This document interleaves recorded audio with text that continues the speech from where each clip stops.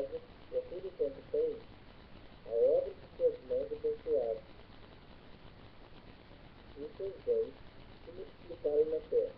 Estende, porém, a tua mão, e toca em tudo quanto tem, e verás que não blasfema contra ti, na tua face.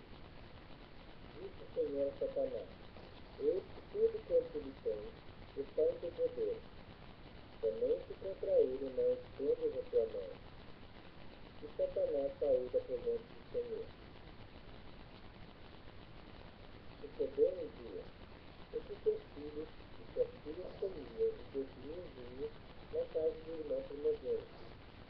E veio o mensageiro ao velho e lhe disse: os bois lavravam e as jumentas pastiam junto a eles.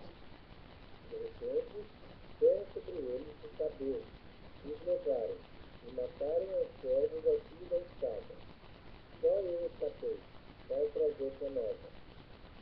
Falava este ainda, quando veio outro e disse: fogo de Deus caiu do céu, queimou as ovelhas e os servos, e os consumiu. Só eu escapei, para trazer-te a nova. Falava este ainda, quando veio outro e disse: dividiram-se os caldeus em 3 bandos, foram sobre os camelos, os levaram, e mataram os servos a fio da espada. Só eu escapei, para trazer-te a nova.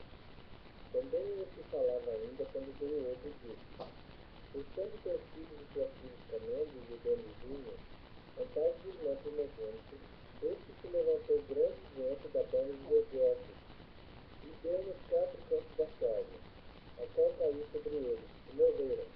Só eu escapei, para trazer-te a nova.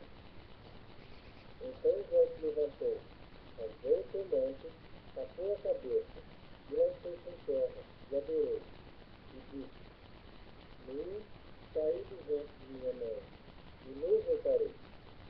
O Senhor o deu, e o Senhor o tomou. Bendito seja o nome do Senhor.